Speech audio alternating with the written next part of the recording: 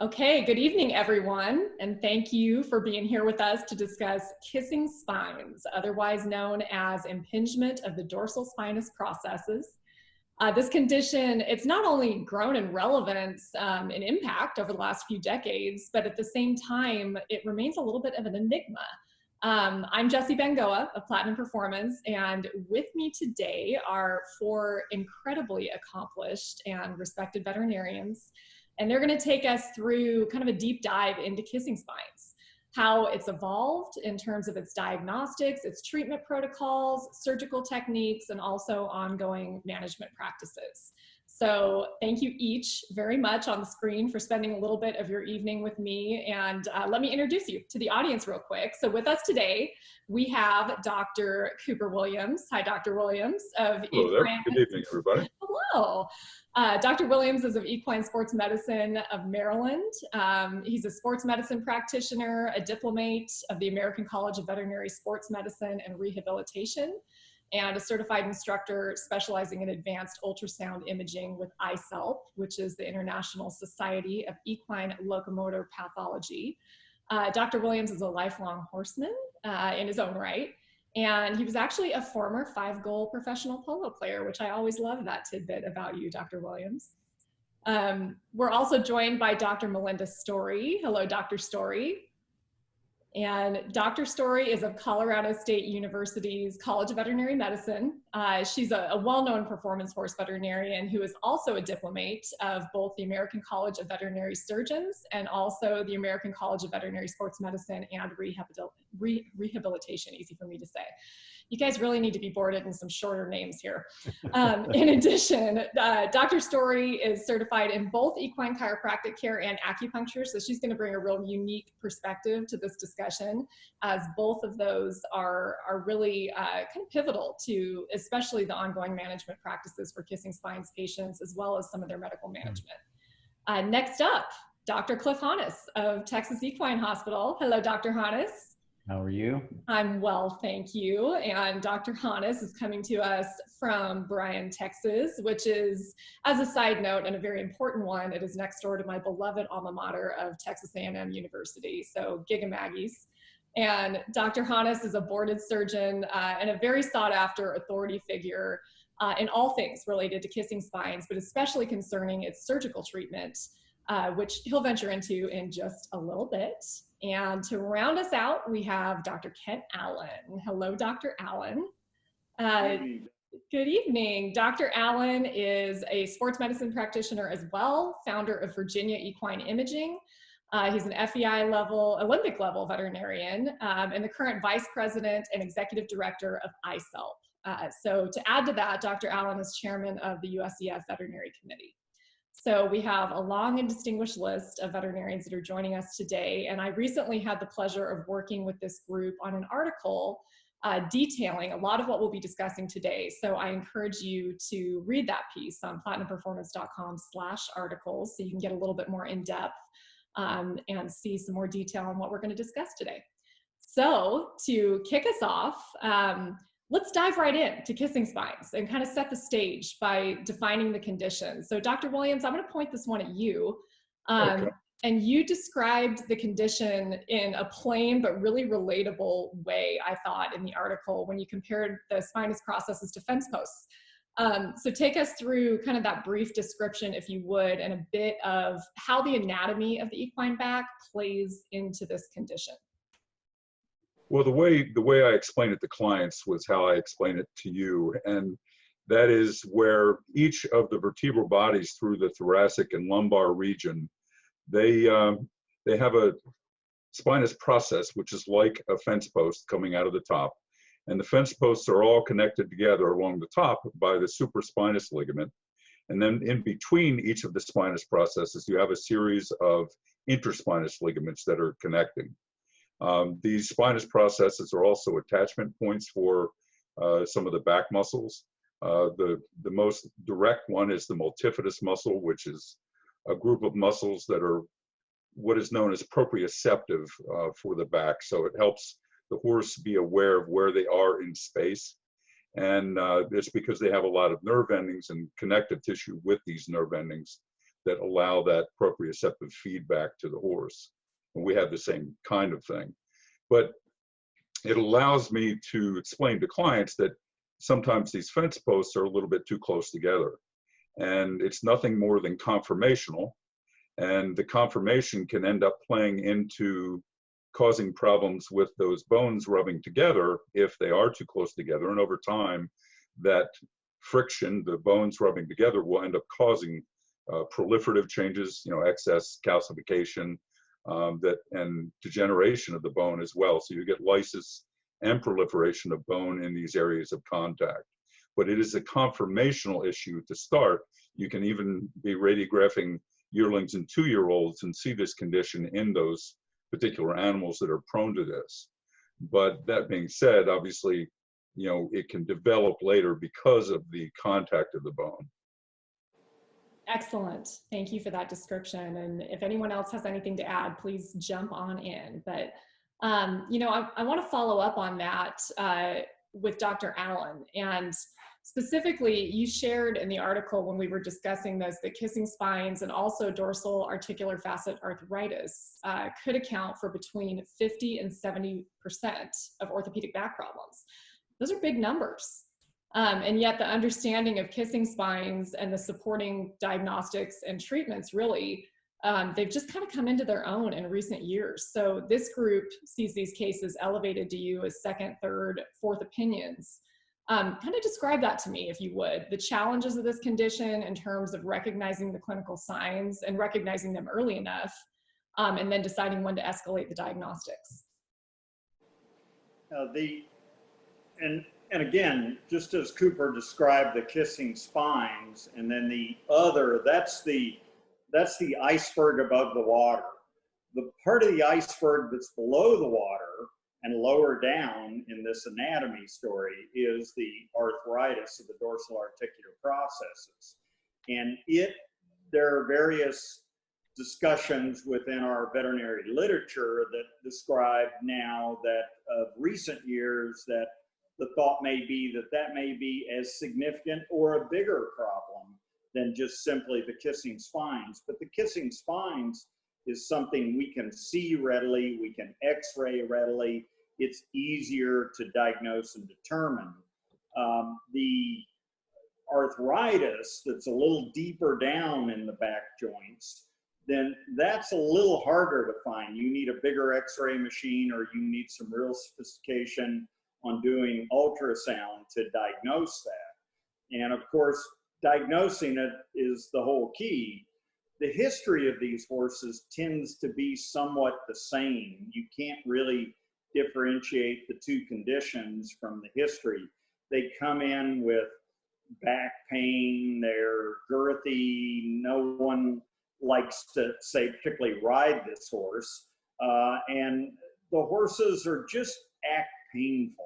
And if they look different being lunged than they do ridden under saddle, and they look different. We use a weighted surcingle. They look quite different when they're like that. So, and an interesting kind of group of data we looked at one time was we looked at about 400 of our cases several years ago, and we just said, well, what's the average age? And the average age turned out to be about 6.5 years. Wow. So as Cooper's stating, this is a genetic developmental problem. They have it from a young age, but they express it at various times along that age. And in our group of horses, it was about 6.5. Now that could be different depending upon the breed and the discipline. Definitely. Well, that's interesting. I mean, that could be a lot younger than a lot of people would assume, especially comparing it to human medicine and back problems. But Dr. Hannes, to follow up on that, in our discussion for the article, you had some great real world examples of the clinical signs that your clients see before they even realize that they're dealing with kissing spines or a back issue in general. I remember one that you talked about with barrel horses in particular. Kind of walk us through some of these clinical signs that clients may be noticing and not necessarily equating to a potential back issue. So there's a lot of clinical signs, and some of them are pretty subtle. There's things that clients will notice that they know it's not right for the horse, but they don't know what to think about it. Typically, I'm going to go through these horses and I'm going to see if there's any lameness issues, do a complete exam, looking for other reasons for the clinical signs that they're describing. And, you know, I have, at least in my part of the world, I'm kind of the back guy in Texas. And so a lot of people send their horses here thinking that I'm going to identify a back issue, but a lot of times it's not a back. It's potentially something totally different. And so one of the things that I think is really important is to go through those horses as an individual without any preconceived ideas, and gradually hone and unpeel the onion until you get to hopefully the problem. So with regard to clinical signs in the horses that I see, one of the most common things that I'll see are somewhat subtle. Horses that will crossfire, horses that will swap leads behind. In other words, they're in a left lead in the front end, and the client will say this horse is swapping leads behind, meaning they're getting out of lead and they're swapping to the other lead behind and swapping back and forth. And I think those horses, at least in the Western performance horse world, they're trying to figure out, how can I get comfortable? How can I change my way of going to try to get comfortable and not hurt? And so they'll notice things like that. The more severe cases, they're going to have behavioral issues. A lot of the Western performance horses will get somewhat frantic, either not want to go in the alley because they know when they go in the arena they're going to have to do something at 9-0 and potentially exacerbate the pain that they are anticipating. The occasional horse will buck.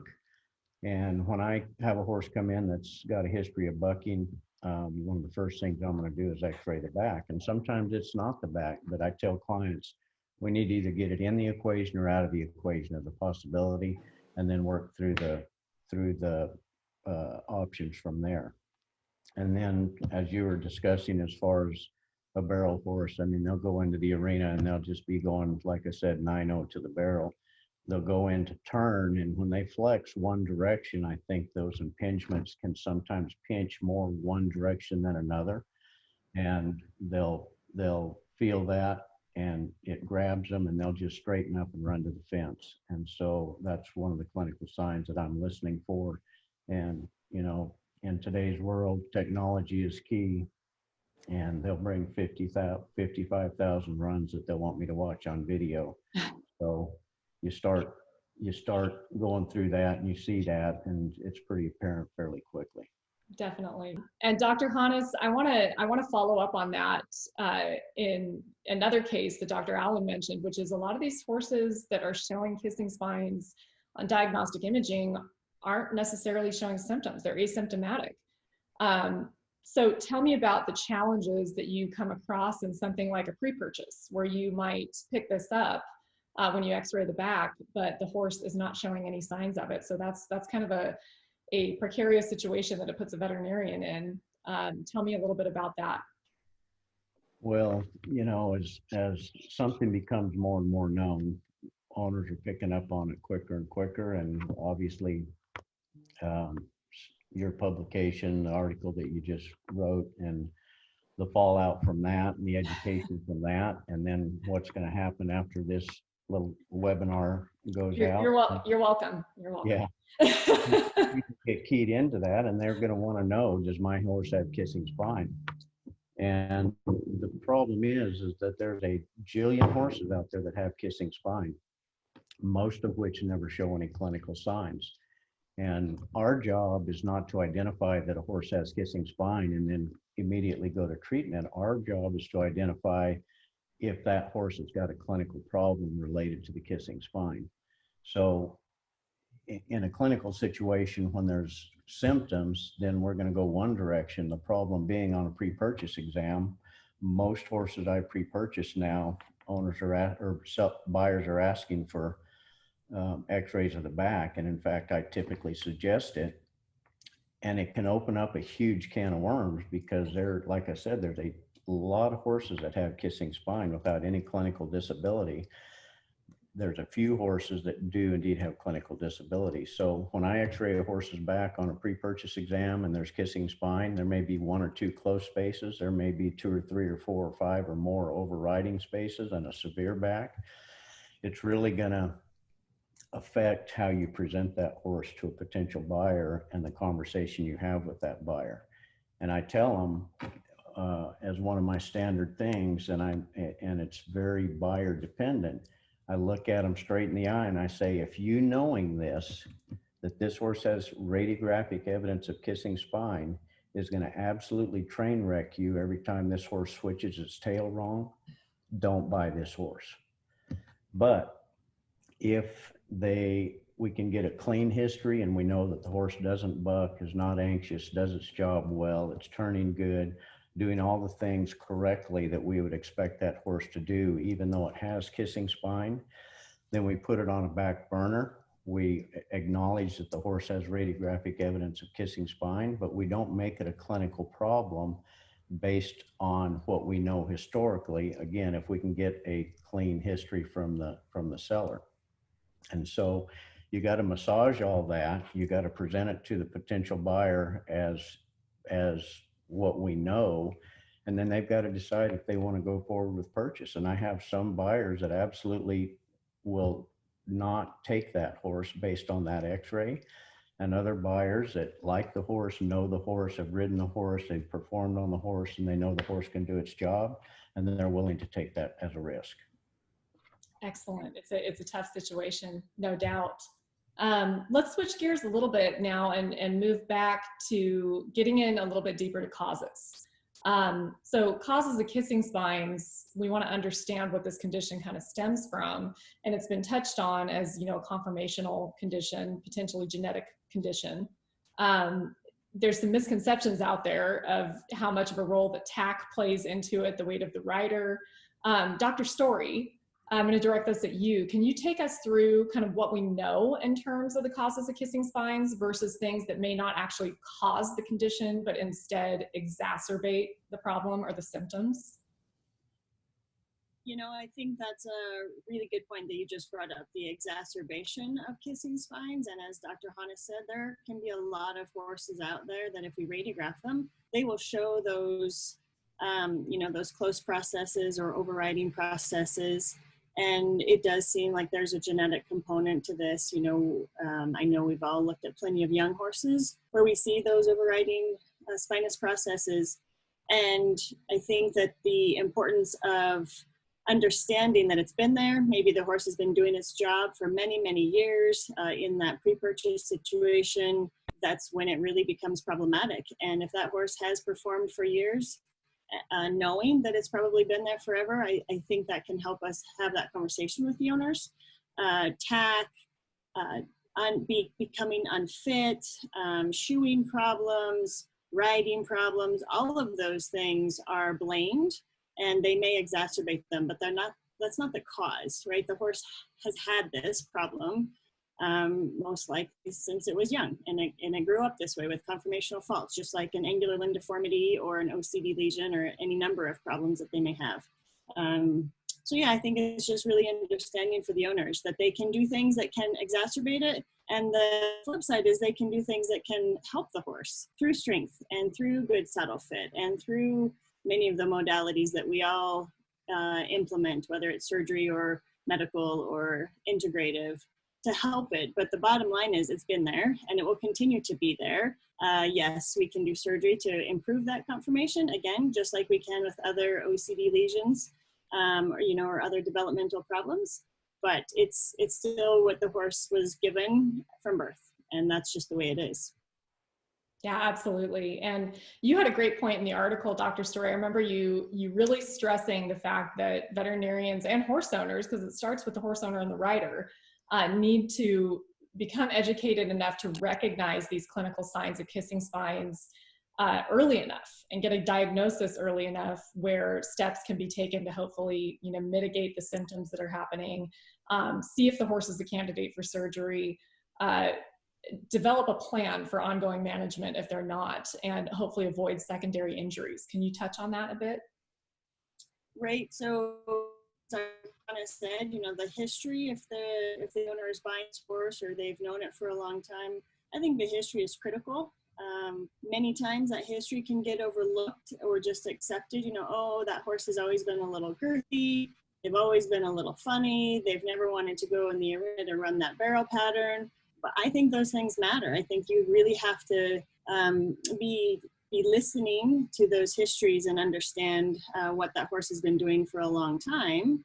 And if you want to take that risk and deal with it, that's spectacular. But being very open and honest about where the horse is coming from, I think, is important. So if you have one of those horses that has struggled for a long time on some level, just being really willing to take those actions, integrative care, keeping them really, really fit, the nutritional perspective of it all, those things play a huge role in if these horses can go on or not.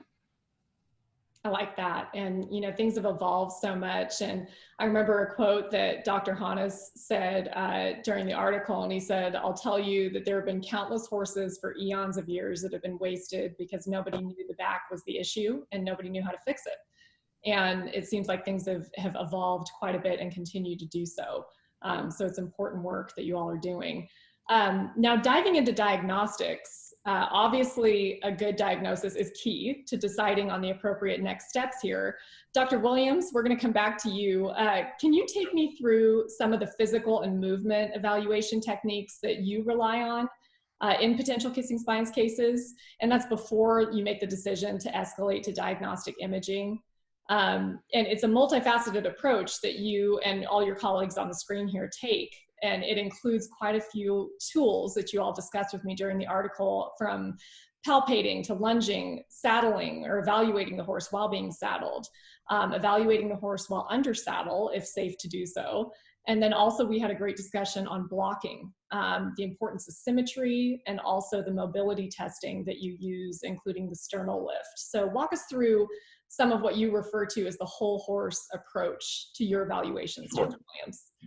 Well, you hit the key right there with that last statement, and we do a whole horse approach to most of these cases because we're not obviously coming in and it's a blank slate, and we're doing a lot of second, third, and fourth opinion work, and we'll take a horse and we literally palpate every square inch of it. So we go over the neck, the back, the pelvis, all four limbs, and in regard to the axial skeleton, which is neck, back, pelvis, we do direct palpation, but we also do mobilization to look at how horses react to certain things. And specifically with the thoracic and lumbar region, we'll do sternal lifts. And first of all, I like to palpate the actual sternal or girth area, because some horses actually have an issue there and you can't ignore that. But that being said, we'll use the sternal region to try to get a horse to flex its pelvis and then get it to extend. And you try to get a horse to relax, because sometimes they'll be guarding, and if they're guarding and tensing, then you're not going to get a true examination. And you have to go about it very gently from the get-go, because you also have horses that will, depending on the amount of pain, they may really overreact. And once they start to overreact and anticipate, you're also not going to get valid information. So you've got to go about it slowly, do gentle mobilizations. We do flexion and extension of both, or all three, the thoracic, the thoracolumbar, and the lumbar region. We do the same with the pelvis, flexing and extending that region. We do lateral motion as well, where I'll put my hand on the opposite side of a horse's back and next to the tail head and get them to twist left, right from both directions, and look at how they react to these things. And again, going very carefully, because if you set a horse off quickly, you may not get valid information at all, and it can be dangerous as well.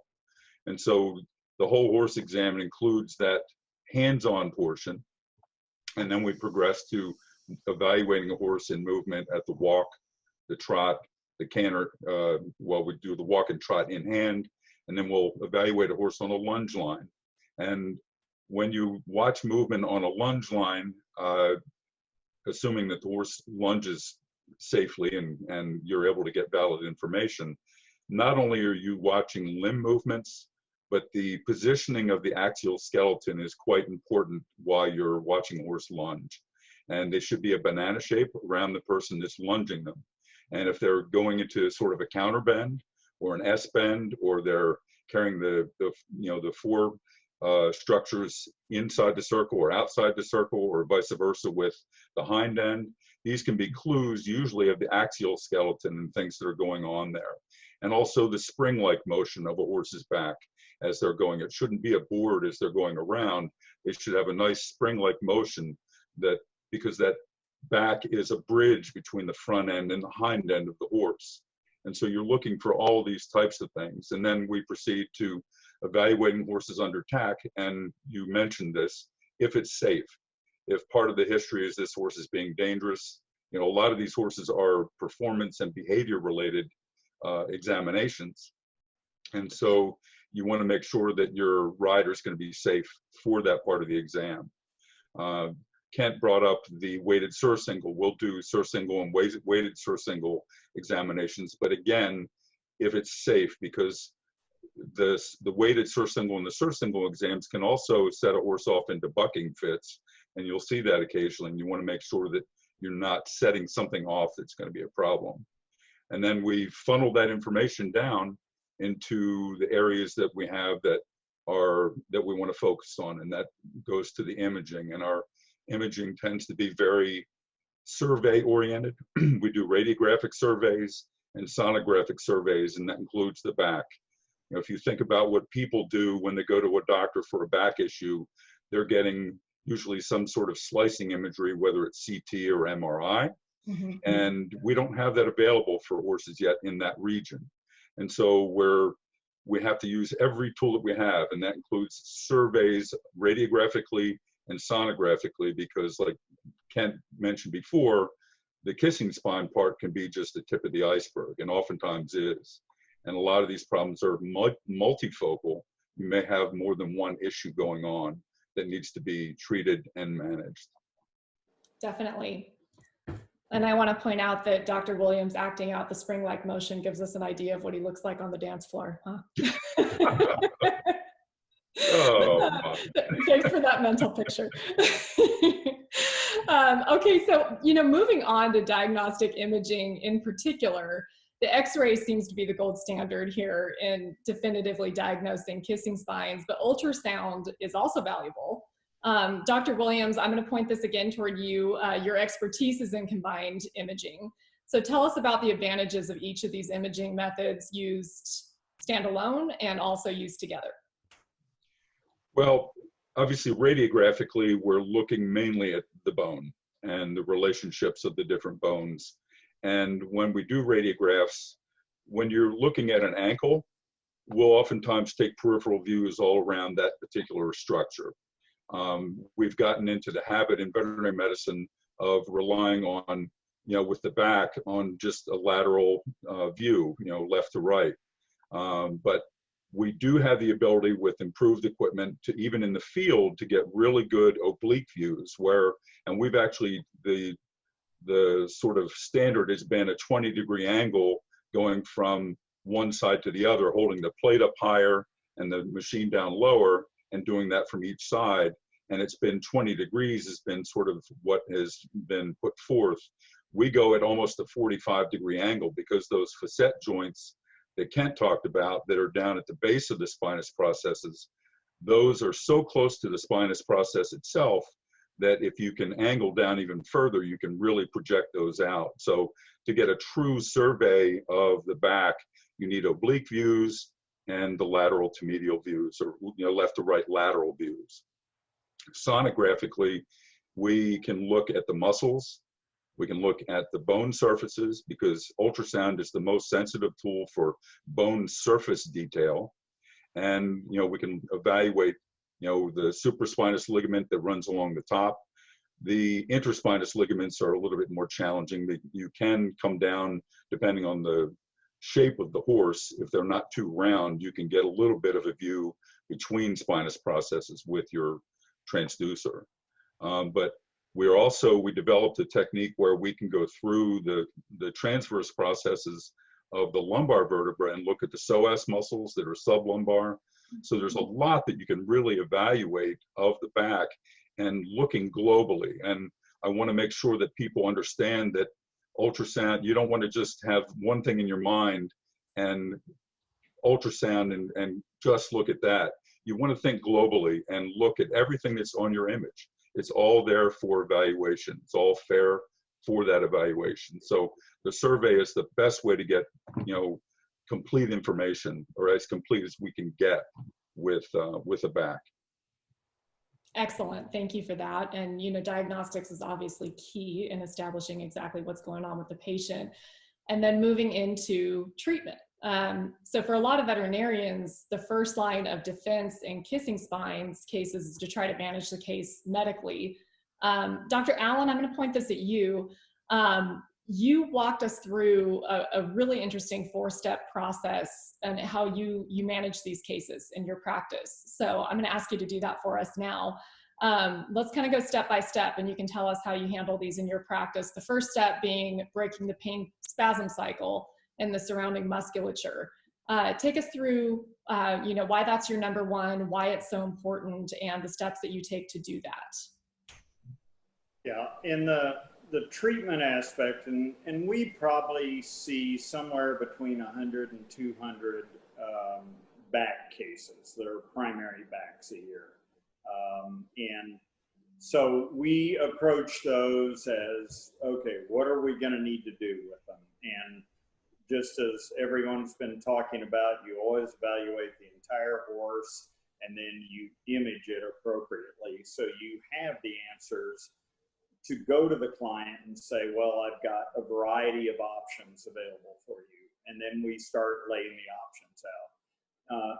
With, again, the overall key here, no matter what technology you're going to use to treat it with, you've got to break the pain spasm cycle that's going on, because there's pain coming from the overriding dorsal spinous processes, there's pain from the arthritis of the facets and the joints, and then there's muscle spasming going on that's related to everything the horse is doing and feels. So we'll offer them one or more of 4 medical options. And those options tend to be Shockwave Therapy, which we've used for almost 20 years now, effectively in treating back problems. And Virginia Tech just published a really nice paper about it, Dr. Traeger and group, and she talks about how you can do it multiple times. And what you're doing with shockwave therapy is you are reducing, down-regulating the pain receptors that are particularly associated with those arthritic conditions. So we can do that, and that's very effective. But again, nothing is going to get it all the time. So you're always looking at almost always combinations of options. And so mesotherapy, which is a technique to, again, down-regulate the pain at the source. We can do that very effectively. Jean-Marie Denois brought that over to the United States about 15, 20 years ago, and a number of us have used it successfully over the years. Then the other things that we can do, and one that I think is increasingly common and increasingly effective, and that is to inject the dorsal articular processes with a calming medication. And for years that was cortisone, and cortisone is still very effective there. My complaint with it has been over the years that it doesn't last as long as I'd like. It will tend to wear off in 2 to 4, sometimes I can get as long as 6 months. But then the horse is back at it again, and of course, what you don't know is when that is going to wear off, when the rider is in the midst of something. And that's the kind of surprise that no one wants. The veterinarian, the rider, no one wants to see that. So we have started using more orthobiologics, and that's platelet-rich plasma, PRP, or alpha-2 macroglobulin injected into those areas. That, interestingly enough, has, for the first time since I've been doing those injections, you can see a fix from those techniques. And I could never see that with cortisone alone unless it was an extremely mild case. On the more significant cases, you need something that is going to get that pain under control and then last. And in some cases, we've been able to do PRP twice, and we never see the horse back again. So we're very happy that we could successfully medically control it. And then the other is the bisphosphonate option. And bisphosphonate is children or osphos. And those two substances are a class of drug that will have a pain suppressing effect down at the cellular level of the bone. And so that in these bony issues will tend to be quite valuable. Now, it rarely works by itself, but these other issues will control the pain a bit better, stop the spasm, and then with the bisphosphonate, you can control it out longer and for the 6 months to a year time frame. So those have been our techniques. And then I'm interested, of course, to hear what Cliff's going to say about surgery. For us, if we're focused on the medical therapy, we usually can manage the vast majority of our cases, which is largely jumping dressage and event horses in that manner. But some of them just, we can't. Now, that's a small percentage, but those do need to go on to surgery. And those we refer on, and we have not had quite the success that Dr. Hannes has had, but I know he's a very talented surgeon, so he may do something better. I may be shipping all my cases I can't control medically to Texas now. They're on their way, look out. You know, and I want to bring up a point too on the bisphosphonates, because when we discussed this, quite a few of the veterinarians on the screen brought it up. You know, this is obviously a controversial class of drug, you know, and it's a good conversation that's been brought up in the veterinary community and the horse world, but there's obviously a time and a place for them. And so it sounds like kissing spines cases, it definitely is an appropriate modality for that. And you know, the last thing that you had brought up when we were discussing the 4-step process that you use in practice is I found your take on stall rest very interesting, you know, and you were a major advocate, as is everyone else on this screen, of getting these horses into a managed program, physical therapy, getting them into a program that brings them back and not simply placing them on stall rest. Can you address that a little bit? Yeah, I think the analogy I used, which is a favorite one of my interns when I say this, is that if you hurt your back, unlikely that the doctor is going to say to you, listen, go grab a big bag of Twinkies and go lay on the couch and just binge watch everything you need to catch up on. What they're going to do is put you in a physical therapy program, and they're going to get you active as soon as possible. And, you know, when I graduated from veterinary school eons ago, the take on it was, well, let's inject their hocks because it must be caused from the hocks. And then let's give them some bute, and then we'll throw them out in the pasture for 6 months. And that was just time enough for the back muscles to atrophy significantly. So that didn't solve anything. And what I learned after a period of time is, well, that's not the solution. I wonder what the solution is. And that's when I started looking at this more critically. But these horses have to get back to work.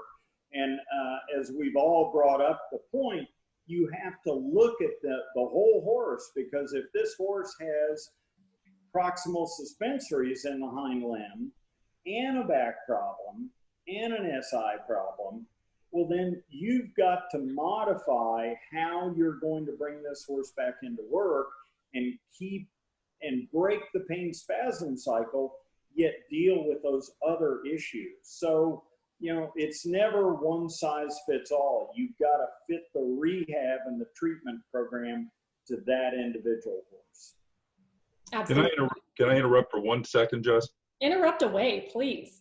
One thing I wanted to bring up that is important that Kent brought up with the breaking the pain cycle is if you go to inject some of these horses with ultrasound guided or direct injection techniques, Kent, you'll probably attest to this, but if you don't break the pain cycle before you go to do that, it can be really challenging just trying to do those injections because of the spasming and the pain that's involved.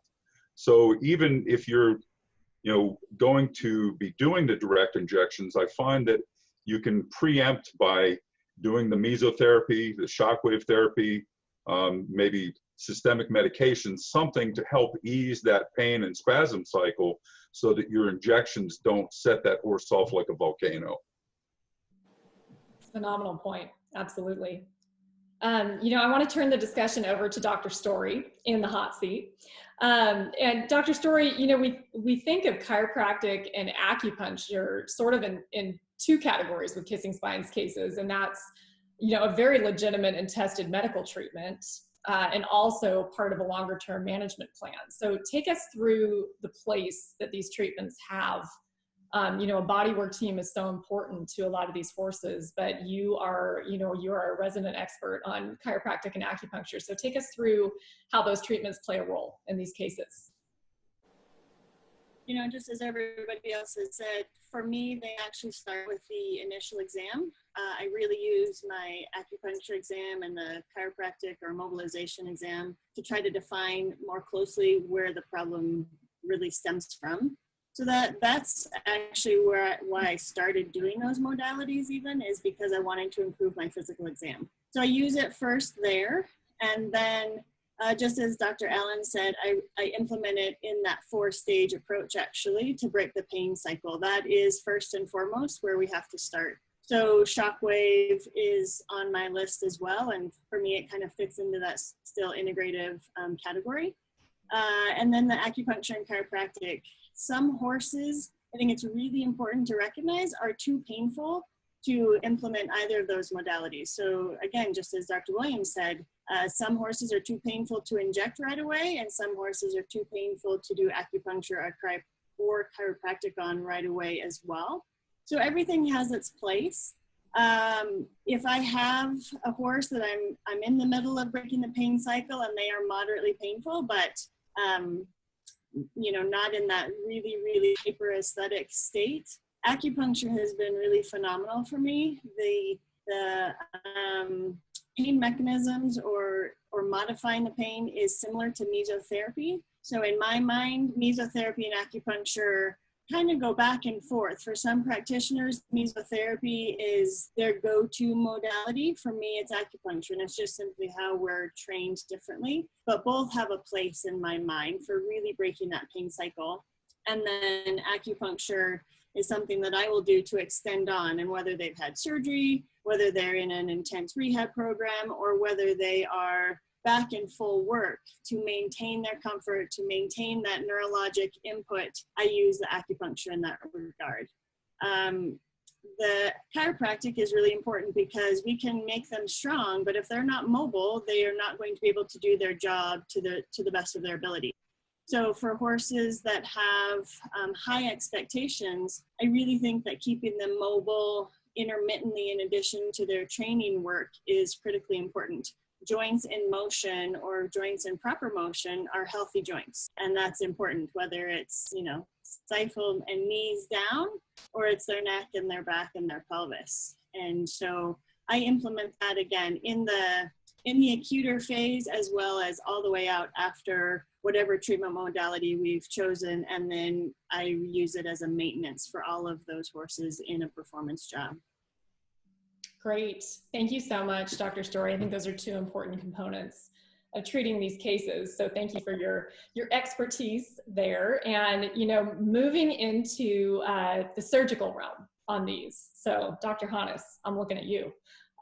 So would you please kind of take us through this? So while some kissing spines cases can be treated and managed medically, there are cases that will inevitably require surgery. And that's required to live a comfortable life, for them to return to work, and so on. And Dr. Hannes, Take us through the two surgical options that there are. So that includes the more minimally invasive interspinous ligament desmotomy, and also the bone reduction procedure in which you specialize, and could have some patients apparently coming from Dr. Allen. So let's start with the ligament desmotomy, which it has varying opinions on its success, and it has one major challenge, which I think Dr. Williams brought up in the article, and that is the frequent degradation of that ligament. So if you can first describe that procedure to us briefly, that'd be great. So the interspinous ligament is a ligament between each dorsal spinous process. So as those bones are stacked up, as you go down the back, between each of those bones is a ligament called an interspinous ligament. And that ligament is rich in nerve endings or nerves that traverse that ligament to, again, probably help with some proprioception in addition to the multifidus muscles. All that works in concert for the horse to know where he is in space and how he's able to move. And the idea behind the interspinous ligament desmotomy is to cut through that ligament, cutting the nerves, and as a consequence of that, reducing the painful sensation of those bones either being too close or actually rubbing together. The problem is if the bones are actually rubbing together and or overriding, there's probably no ligament there, or if there is, it's going to be exceedingly difficult to get any kind of a surgical instrument in between those bones to actually cut that ligament. It's somewhat of a blind procedure from the perspective of you have to do it by feel. We're doing it through small stab incisions and directing an instrument to that ligament, most of the time radiographically guided.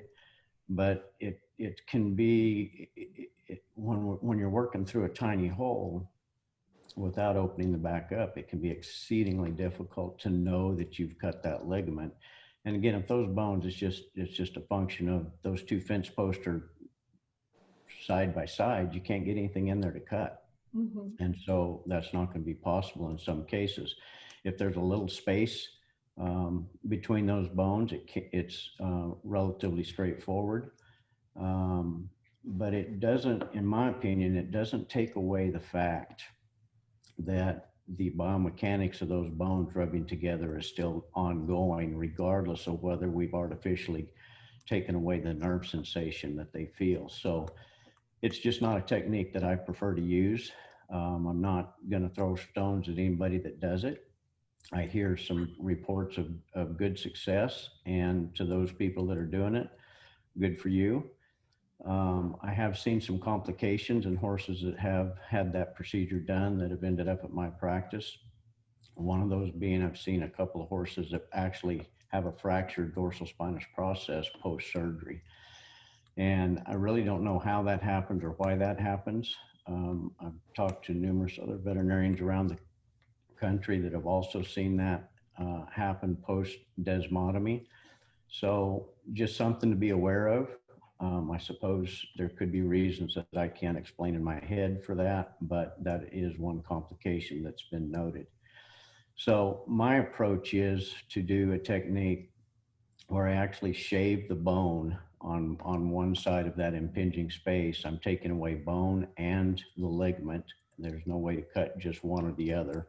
And I take out the bone and the ligament. So I'm recreating a semblance of normal space, as well as taking away the nerves that innervate that area. And we change the biomechanics totally, where there's no interference of one dorsal spinous process with the other. And I think for me, it's a superior technique.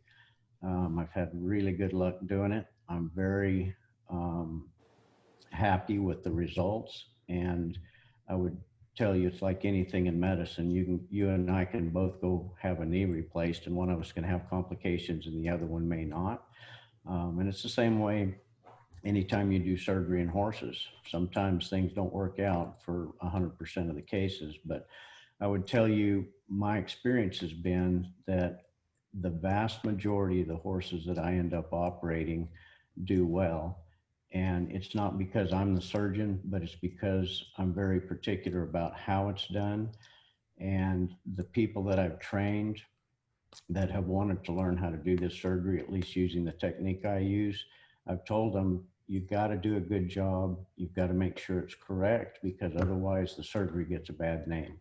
And so if it's not done correctly, and I've reoperated numerous horses that have had it done incorrectly, and clients come to me, bad case outcome with the particular surgery that was done. In other words, incomplete removal of enough bone to recreate the space. They're dissatisfied. They're not happy. The horse is not well. And so the point being, just because a horse has surgery doesn't mean it was done correctly. Same in human medicine.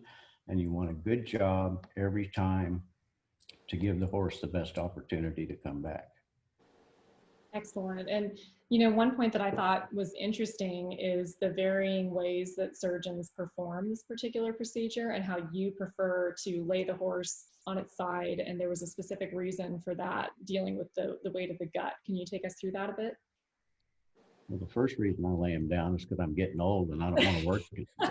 I wasn't going to say it, but now that you did. The second reason is, for me, I put them in left lateral recumbency, meaning they're laying on their left side on the table. And I've got the table, I can raise and lower the table. I've got it where it's a comfortable level for my hands to work. And I can use my dominant hand then to cut the bone away. And then I use my left hand to be able to push the bone cutting forceps into the bone and just make my cut very straight. And so a lot of ambidextrous things goes into that, but it's a comfort thing for me. Plus it opens up when the horse is on its side, that space opens up fairly remarkably from when the horse is standing. So it opens up the space. It allows me to cut the interspinous ligament as I'm starting the surgery, so I can feel where I need to cut, and then I can follow that space very easily, because the back has opened up just a little bit, because the weight of the intestines is not pulling the spine downward and closing that space as it does in the standing horse. There are surgeons that do the procedure standing, and I think they do a very good job. For me, it's just not as comfortable, and to my way of thinking, I'd a lot rather be under anesthesia if they're operating on my back than not. Amen to that. Specifically on your incisions, I thought that was an interesting conversation as well. So describing how you space the incisions, and you tend to sometimes see patients that have, I think you said you had recently seen one that had up to 9 spaces affected. So can you tell us how you space the incisions and why? Well, the main reason is I don't want one long incision, so that if we have any incisional complications, for instance, if we have any dehiscence, which can happen, I don't want the whole incision to go as best we can. So I typically will operate 3 to 4 spaces through a single incision. So in other words, if I operated a horse this morning that had 6 spaces.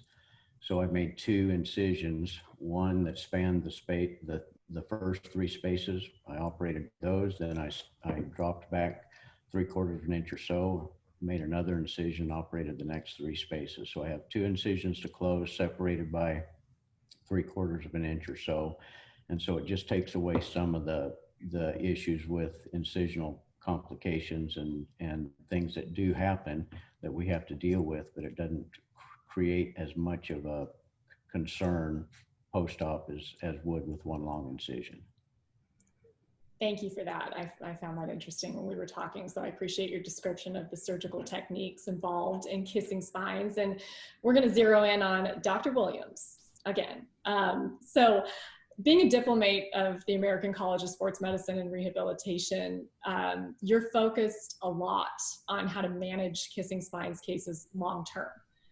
So tell us a little bit about some of the strategies that veterinarians and horse owners can turn to, because these cases really do benefit and almost require some ongoing management considerations. So when we spoke for the article, you brought up quite a few interesting points that span from how you warm the horses up to seasonal changes that you might need to make, tack, saddle pads specifically, and so on. Can you take us through some of that and give us a little bit of insight into some of the management techniques that you use to keep these cases comfortable and performing?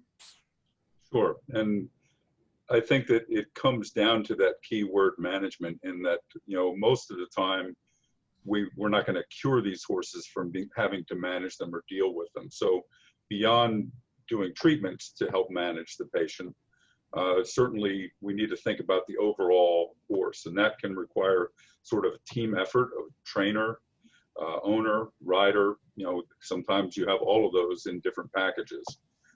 Farrier, veterinarian, sometimes a couple of veterinarians, but everybody needs to be communicating. And in terms of management, sometimes we get into a situation where a horse isn't able to be ridden for a period of time.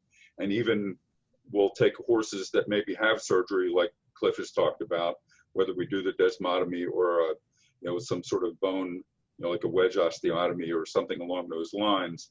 We may Aqua Tread those horses for a period of time post-surgically, so that, number one, we keep the weight off. They get some muscle fitness, because like Mindy brought up before, fitness is pretty key for keeping these horses well maintained and managed. And sometimes you're in a situation where a horse is very unfit and you need to get him from point A to point Z, and riding may not be the ultimate thing in the very beginning. So the Aqua Tread, which is it's a treadmill that allows them to weight bear when they're moving. So swimming, it can actually be quite detrimental to horses that have back issues, because they invert when they're swimming. So obviously that doesn't bode well with what we're dealing with here. But Aqua Tread, where they're weight bearing, they can maintain normal top line when they're doing this. They work hard in the water with the resistance of the water. It decreases the load. You don't have a rider. It's all straight line in the beginning, and allows you to get some fitness on the horse. Nutrition is very important, and in the realm of that, metabolic.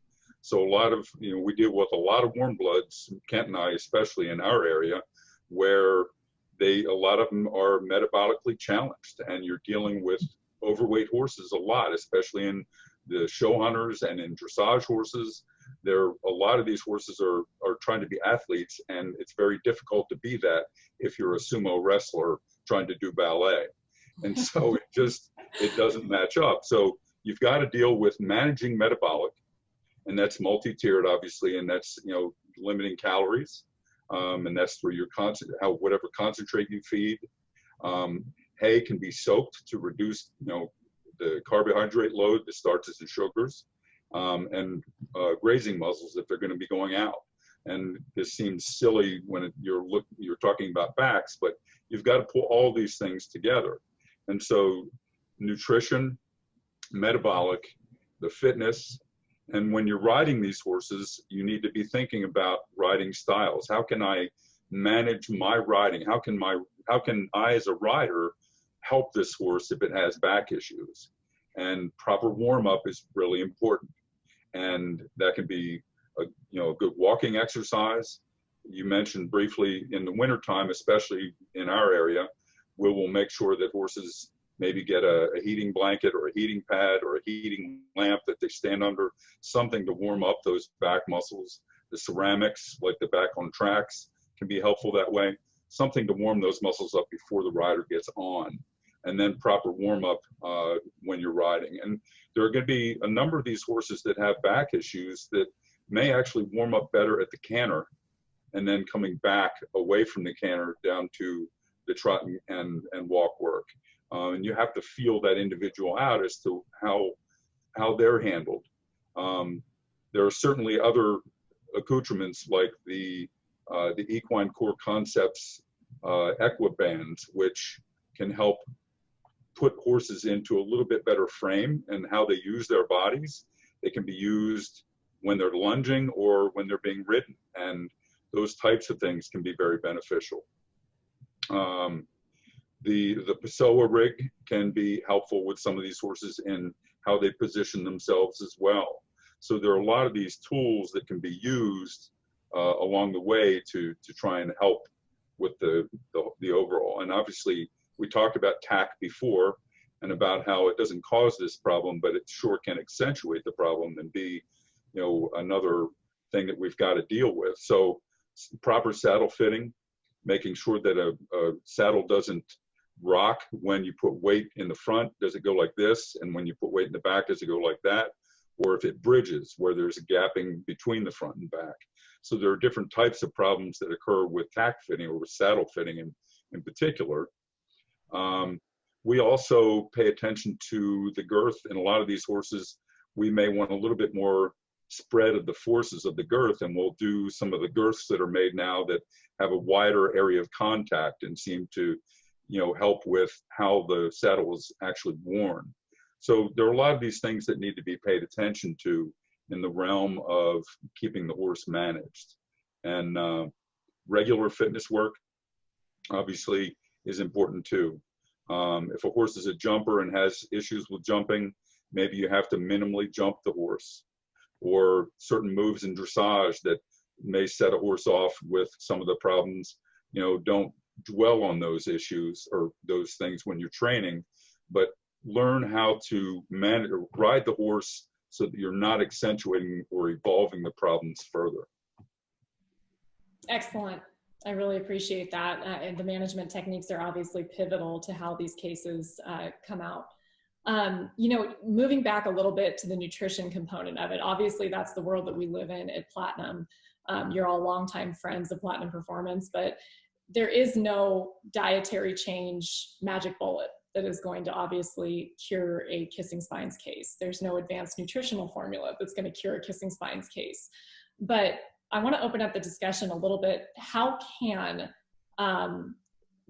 making sure a horse is on a good plane of nutrition or using advanced nutrition, how can that play a role in managing these cases, whether it is supporting these horses for better surgical outcomes in terms of healing, or can it play a role in managed states of inflammation? I want to open the discussion up just a bit so we can briefly cover how it can play a role, although it isn't a cure. Well, one thing I would say that, you always have to look at, and Cooper alluded to this, you've got to look at the calories going into the horse. And some of these horses are getting way too many calories. And that can be from metabolic, and that's obviously testable, and you can figure that out. But the other group of the horses are just getting too many calories. And you need to reduce that, and yet you don't want to take away all of the vitamins and minerals. And so that's where Platinum, I've found, can be very effective, is that I can reduce the calories using a variety of different techniques. And you've got to get client compliance here. The horse can only eat what it's given. You've got to get the clients to buy in here. And then you can make up some of those vitamins and minerals and supplements that you've taken away with those calories by using Platinum. And I find that very useful. Excellent. I'm glad. Dr. Story, how about you? I know that you you use Platinum Longevity, and you're a big fan of the omega-3 fatty acids, which, that nutrient in particular can help support more normal inflammatory pathways in the horse. So I'll turn it over to you for a minute. Right. As we chatted when we talked earlier when you were writing your article, I really believe in the longevity. I think that there's such a strong nervous system component to this. We take the x-rays, we do the ultrasounds, but there's a lot going on that we cannot appreciate through imaging. And if we can really help these horses on a cellular level with their antioxidants, I think that's critically important. So for me, longevity is a first round if I can get the clients to jump on with that. And then really supporting the joint health as well with either Orthicon or the CJ. One of your joint products I also think is critically important. It's easy to think about joint support if it's a stifle or, a coffin joint, but I think sometimes it goes overlooked that there's a lot of joints in that back and the neck too, for that matter, that can really benefit from the same joint support that we do throughout the rest of the body. So for me, it's just part of the whole process. We have to keep their weight down, we have to keep them strong, and we have to keep them as healthy as we can, starting at the very basic cell level. Great. I think that's excellent. Perfect use for it. I want to round us out today by looking ahead and seeing how far that we've come in really arguably such a short time with kissing spines. I mean, to Dr. Hannes's point, the interest in this condition has exploded in the last couple years, let alone the last, short while. We've seen it at Platinum just in the last 12 months. Let's look ahead. Where do you see things pointed in the future? Where would you like to see things pointed in terms of getting a better grasp on this condition? And I want to point this first toward Dr. Williams. Both Dr. Williams and Dr. Story are diplomates of ACVS-MR, which is obviously focusing on protocols, defined protocols for management and so on. Dr. Williams, can you speak to that? Well, sure. I mean, obviously, we would love to have evidence-based medicine to walk forward with. And the ACVS-MR is one of the reasons the college was created, is because we want to have rehabilitation become evidence-based. And a lot of work's been done at CSU, where Mindy is, but we have a lot more to do within the profession. And so being able to have defined protocols like they do with people, to be able to go forward with the rehabilitation. Imaging-wise, I see the slicing imagery getting stronger and stronger to the point where maybe we can do MR and CT in these regions that have been, sort of off limits to us with those advanced imaging modalities. So that's something for the future that may be there. And then I guess, just maybe refining the surgical decisions down a little bit more. People like Cliff have obviously been doing a lot of work that way and are making a lot of headway. And we just have to always know that we can evolve in anything that we're doing. And when we find a better way to do something and have evidence base behind it, be willing and able to evolve. And the other part of the whole future thing is pulling in everybody in the profession into trying to be better veterinarians and evolve themselves in what they're doing as veterinarians. So the more people that try to make themselves better at what they do, makes it better for our horses. I like that. And you said always looking for a better way. And I remember Dr. Allen, when we talked for the article, you said, you're a question asker, and you were taught by your dad, who was also a very prominent equine veterinarian, to ask questions and to challenge the status quo, and to know the way that you were taught isn't necessarily the best way, and maybe the best way hasn't been found yet. And I also remember you saying, thank goodness nobody stopped answering your questions quite yet. But I thought that was a great mindset to have moving forward. And, Dr. Hannes, I remember you saying that you said, I like helping horses compete at their peak and their owners achieve the goals they've made for themselves. And I think that, everybody here on the screen with us today, that's what you do. I mean, it's more than a profession, it's a way of life for all of you. And, in cases like this, especially, there's so much visual evidence of, potentially the pain that these horses are in. And a lot of the times these are high level performance horses that you're looking at. They're valuable, they're extremely important to their riders and their trainers and their owners. And what you all do to contribute to keeping them comfortable, to getting them back to doing what they love, not just what the people that ride them love, but what they love, the jobs that they were kind of meant to do. It's important work. And we appreciate it, and we appreciate you all. And me in particular, I thank you for spending a little bit of your evening with me today, and contributing to a topic that I think is going to be coming up more and more in the future. So I want to thank all of you very much. From myself and from Platinum. And I look forward to everybody being able to read the article and read it up a little bit more on a great topic. So thank you all very much for spending this time. Thank you, Jesse. Welcome. Thank you. Sure, my pleasure.